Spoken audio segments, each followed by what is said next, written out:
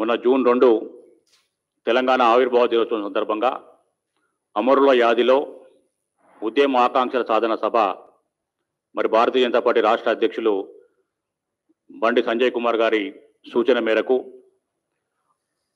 అందరు ఉద్యమకారులను ఆహ్వానించి ఉద్యమ ఆకాంక్షలు మరి నెరవేరినా ఏమైనాయి, గత 8 ఏళ్ల పాలనలో తెలంగాణ ఎట్లా ఆగమైందని చెప్పి చర్చించుకోవడానికి ఆ సభను మరి అక్కడ ఏర్పాటు చేయడం జరిగింది.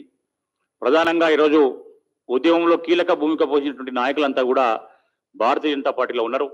మరి ఉద్యమ ఆకాంక్షలు నెరవేర్తలేవు కాబట్టి వారంటికి ఒక పరిష్కారం కనుక్కోవాలని చెప్పి మరి రాష్ట్ర అధ్యక్షుడు సంజయ్ కుమార్ గారు సూచిస్తే అక్కడ అనేక విషయాలు చర్చించినాం.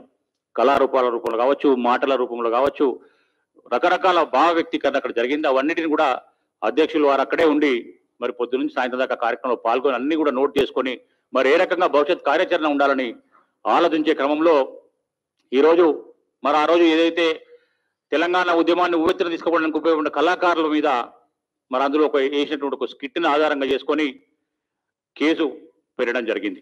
దాంట్లో A1గా అధ్యక్షులు సంజయ్ కుమార్ గారిని, A2గా నన్ను, A3గా రాణి రుద్రమ గారిని, A4గా దరు ఎల్లలను, A5గా V6 ఛానల్ని.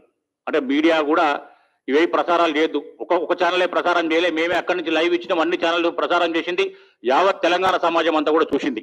దాని మీద కేసు పెట్టినట్టు చెప్పి నాకు కేసు పెట్టినామని కూడా మరి పోలీసులు కానీ ఎవరు కూడా ఫోన్లు చేయలే. నా దగ్గర ఉన్నటువంటి ఎక్కడైతే కన్వెన్షన్లో ఆ కార్యక్రమం నిర్వహించామో దానికి సంబంధించినటువంటి DVRలు, CC కెమెరా ఫుటేజ్ అంతా కూడా వచ్చి తీసుకొని పోయినారు. అర్ధాంతరంగా నేను సంగారెడ్డిలో ఒక ఫంక్షన్కి పోయి వస్తుంటే గట్కేసర్ టోల్ గేట్ దగ్గర 10 నిమిషాలు తక్కువ 12 గంటలకు మధ్యరాత్రి వచ్చి ఒక 6 పోలీసులు వచ్చి నా వెహికల్ని అడ్డగించి మిమ్మల్ని అరెస్ట్ చేస్తున్నామని చెప్పినారు. ఏ రకంగా అరెస్ట్ చేస్తున్నారు, నోటీస్ ఇవ్వండి అని అడిగాను.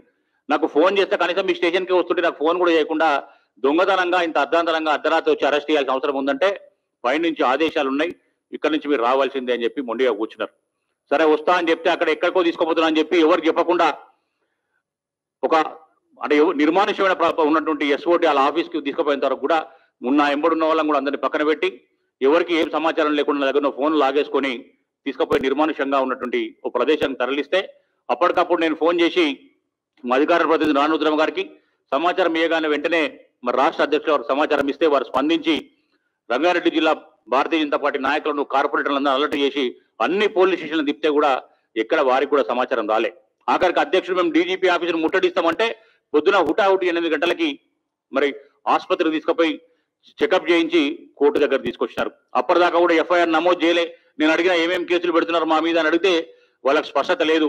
అక్కడ ఉన్న వాళ్ళంతా కూడా వచ్చి రకరకాల ప్రశ్నలు, ఎందుకు చేస్తున్నారు, ఇంకెక్కడ చేస్తారు, ఇంకేం చేద్దాం అనుకుంటున్నారు, మీ వెనకాల ఇంకెవరెవరు ఉన్నారు, ఇంకెంతమంది భారతీయ జనతా పార్టీలో ఉద్యమకారులు చేరుతారు. ఇప్పుడు అంతా కూడా నేను అదే చెప్పిన, ఎవరైతే నాయకులు మొన్న వచ్చి మాట్లాడిందో, ఎవరైతే ఉద్యమకారులు అంతా అక్కడ ఉన్నారో మీ కేసీఆర్ను తయారు చేసిన వాళ్ళంతా కూడా వాళ్ళే. కేసీఆర్ కు సలహాలు సూచనలు ఇచ్చి ముందు వరుసలో ఉన్నదంతా కూడా వాళ్ళే. వాళ్ళు ఇవాళ వాళ్ళ దగ్గర డబ్బులు లేకపోవచ్చు, విలువలతో కూడినటువంటి రాజకీయం చేసిన నాయకులు విజయరామారావు కానీ, రవీంద్ర నాయక్ గారు కానీ, స్వామిగౌడ్ గారు కానీ, ఒక చంద్రశేఖర్ గారు కానీ, ఒక విఠల్ గారు కానీ, ఒక దిలీప్ గారు కానీ, ఇట్లాంటి అంతా విలువలతో కూడిన రాజకీయ నాయకులంతా కూడా ఇలా భారతీయ జనతా పార్టీలో ఉన్నారు. తప్పకుండా ఉద్యమాకాంక్షలు బండి సంజయ్ కుమార్ గారి నేతృత్వంలో సాధించడానికి కంకణబద్దులై ఉన్నారు. వందలాది మంది లీడర్లను తయారు చేస్తారు. ఉద్యమకారులందరినీ ఒక్కతాటిపై తీసుకురావడానికి చేస్తారంటే ఇవన్నీ ప్రణాళికలతో ఉన్నారా అని చెప్పి నన్ను ప్రశ్నించడం జరిగింది. నాతో ఇంకొక విషయం అంటున్నారు, సార్ హట్ అయిండు అని చెప్పి. నేను అడిగిన, ఆయన హట్ అవుతే మాకేం సంబంధం లేదు, ఆ స్కిట్ ద్వారా సార్ హట్ అయిండు, ఆ మాస్క్ పెట్టేది లేకుండా మాస్క్ పెట్టకపోతే నీ గురించి మాట్లాడితే ఏం ఉపయోగం ఉంటుంది? నీ మాస్క్ పెట్టడం వల్లే నువ్వు చెప్పిన విధానాలన్నీ కూడా ప్రజలకు అర్థమైనాయి కదా. ఇంతకుముందే మా డాక్టర్ సాబ్ విజయరామారావు గారు చెప్పిండ్రు, ఏ ఒక్క విషయమైనా అందులో అబద్ధం ఉందా? నువ్వు మందు తాగే దగ్గర నుంచి మొదలు పెడితే నువ్వు ఇచ్చిన హామీలన్నిటి వరకు కూడా అందులో ఏమైనా అబద్ధం ఉంటే చెప్పు, బహిరంగంగా చెప్పు అని చెప్పినాడు. ఏ మందు తాగినాక ఏమేం మాటలు మాట్లాడుతావు, ఏ రకంగా పగటి వేషకాడు మాట్లాడినట్టుగా మరి రాత్రిపూట నువ్వు వేషాలు వేసి మాట్లాడినవి వాస్తవం కదా. అవే ఒక కళారూపంలో ప్రదర్శిస్తే నీకు ఎందుకు బాధ అయింది? నువ్వు హట్ అయినావు కదా, మరి ఇలా తెలంగాణ ప్రజలు హట్ అయినరు, వాళ్ళకి ఏం సమాధానం చెప్తావు? నీకు బుద్ధి చెప్పే రోజులు దగ్గరకు వచ్చినాయి. ఇలా ఏదో మొన్నటి సభతో ఆగిపోయేది కాదు. తప్పకుండా అధ్యక్షుల వారు ఆ రోజు సూచించారు, ప్రతి జిల్లాలో ఈ కార్యక్రమం జరగాల్సిందే, అక్కడ ఉన్న ఉద్యమకారులందరినీ కూడా సమీకరించాల్సిందే. ఉద్యమ ఆకాంక్షల కోసం భారతీయ జనతా పార్టీ సిద్ధంగా ఉంది, అన్ని జిల్లాల్లో చేపట్టాలని చెప్పి ఆ రోజే మరి రాష్ట్ర అధ్యక్షులు చెప్పిండు. మీకు తెలుసు, కేసీఆర్కి అన్ని విషయాలు తెలుసు. జిట్ట బాలకృష్ణ అంటాడో లేకపోతే కూర్చున్న వాళ్ళు ఎవరు కూడా నీ ఊకదంపుడు కేసులకో ఇంకో దానికో భయపడటం కాదు. నువ్వు భయపెట్టి బెదిరించి ఏమో చేస్తా అనుకుంటున్నావు కానీ ఎవరు కూడా భయపడరు. ఇంకింత ఉధృతంగా ఈ ఉద్యమాన్ని ముందుకు తీసుకుపోతాం. ఇప్పటికే మొదలు పెట్టినాం, ఇంకా సీరియస్ గా కూడా. ఎందుకంటే కళాకారులందరికీ కూడా ఎవరికి నువ్వు నౌకర్లు ఇయ్యలే. ఇలా తెలంగాణ సారథిలో కూడా తెలంగాణ ఉద్యమం కోసం వాళ్ళ గల్లమెత్తి మాట్లాడి తెలంగాణ రాష్ట్రం కోసం ఎవరైతే పాటలు పాడినరో, ఎవరైతే పాటలు రాసిండ్రో, ఎవరైతే కళారూపాలు ప్రదర్శించిందో ఎవరికి అసంటున్న ఉద్యోగాలు ఇయ్యలే. వాళ్ళందరూ కూడా ఫోన్లు చేస్తూ 2-3 రోజుల నుంచి అన్న మేము కూడా వస్తాం, ప్రతి ఊర్లో గజ్జగట్ట ఆడతాం, తెలంగాణ ఉద్యమ ఆకాంక్షలు నెరవేరాలి, కేసీఆర్ గద్దెదించాలని ఊరిలో పాటలు పాడటానికి మేము తయారున్నాం, కళా జాతరలు నిర్వహిద్దాం అంటున్నారు. తప్పకుండా త్వరలో పెద్ద ఎత్తున వాళ్ళందరికీ కూడా ట్రైనింగ్ ఇవ్వబోతున్నాం. ట్రైనింగ్ ఇచ్చి ఆ కళాకారులు ఎవరైతే నష్టపోయిందో వాళ్ళందరినీ కూడా మరి వాళ్ళ ద్వారా ప్రజలను చైతన్యవంతం చేసే దిశగా మరి జిల్లాల వారిగా కూడా మరి భారతీయ జనతా పార్టీ అధ్యక్షులు మరి సంజయ్ కుమార్ గారు సూచన మేరకు భవిష్యత్తులో కార్యాచరణ కూడా ఉంటుందని తెలియజేస్తూ మరొకసారి కేసీఆర్ గమనించాల్సిన అవసరం ఉంది. ఇప్పటికైనా నీ విధానాలు వైఖరిని మార్చుకో.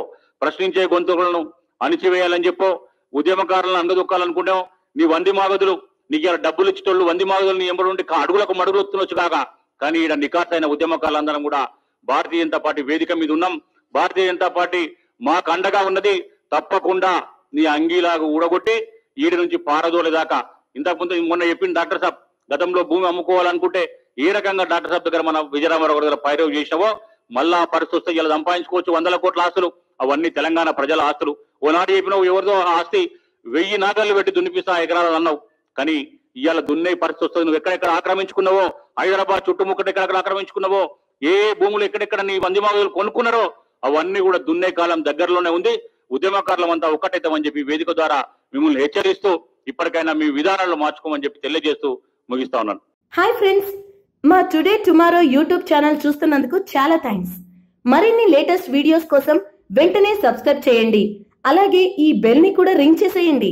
మా నోటిఫికేషన్స్ అన్ని మీ మొబైల్లో వస్తాయి. అలాగే మా వీడియోస్ మీకు నచ్చితే లైక్ చేయండి, షేర్ చేయండి, నచ్చకపోతే కామెంట్ చేయండి.